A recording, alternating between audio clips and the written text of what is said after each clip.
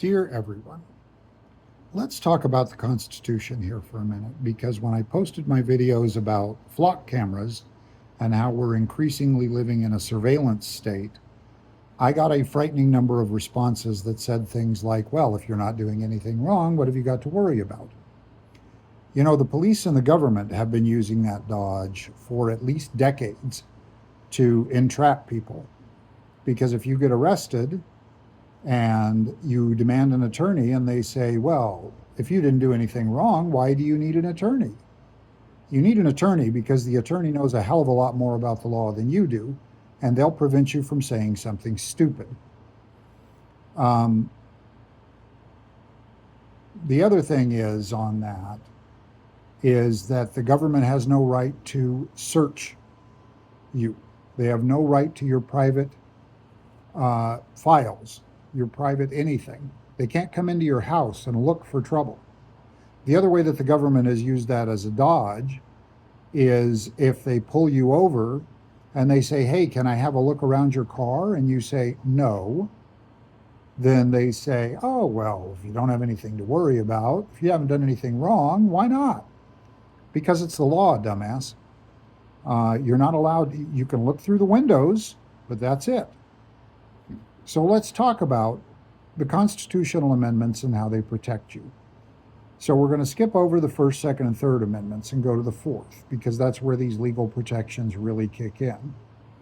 The Fourth Amendment prevents the government from being able to search your private property. They cannot search your car, your house, or your person without just cause or a warrant. So in other words, if you're driving down the street, you've got a tail light out and a cop pulls you over for that, he doesn't have just cause to search your car. If you're jaywalking and a cop pulls you aside for that, he cannot search your body without more just cause, because there's no evidence he's going to find on your body to prove that you were jaywalking or that you weren't. And then there's the Fifth Amendment, which is the amendment against self-incrimination, which the Republican-led Congress has decided Anthony Fauci is in contempt of Congress for invoking, even though it is very much his legal right. And the MAGA red hats out there are all like, yeah, contempt of Congress.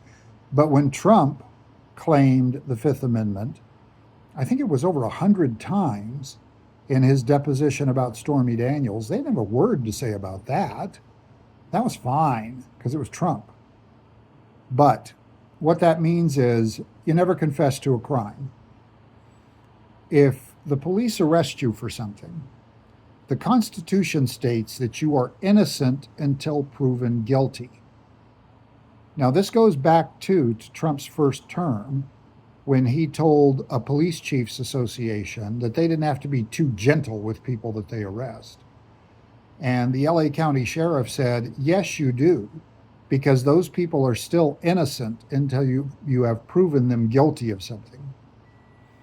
So the other part of that right against self-incrimination is why you need a lawyer. The lawyer will be able to look over tricky wording, make sure that everything's worded correctly. And if a cop or a lawyer asks you a question that is intentionally leading, like for instance, the classic example is, have you stopped beating your wife yet? That implies that if you answer yes, then you used to beat her. And if you answer no, that means you're still beating her. And so the lawyer can look at that and say, nope, don't answer that. That's not right. So just know your rights. Again, on my reading list for Americans, I listed the Constitution.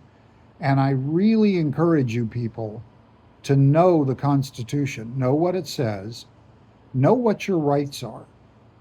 Don't let the government take those rights away by using flock cameras and illegal searches and tear gassing protesters. Because I know the MAGA red hats are all perfectly fine with this as long as it's Trump doing it.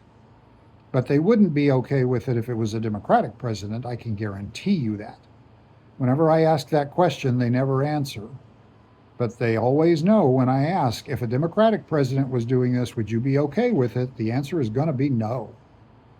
If Obama started tear gassing red state protesters against him, to this day, not that Red Hats and Fox News aren't still whining about Obama over a decade later, but they would still never be shutting up about this. But when Trump does it, it's fine.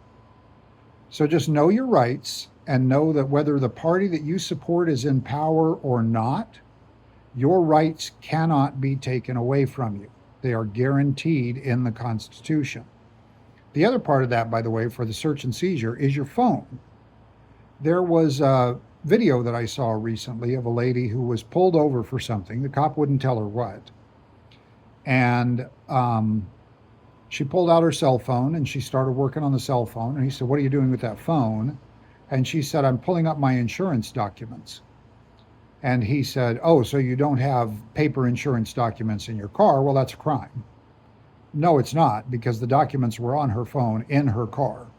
But the cop then snatched the phone out of her hands, or I take that back. She handed it to him to look at the insurance documents, and then he took it up to his squad car. They can't do that. They're not allowed to look at your phone without a warrant, reasonable cause, or your permission. Period. All right. So anyway, you guys know your rights, live your rights. Thank you, and I hope that you all have the days you deserve.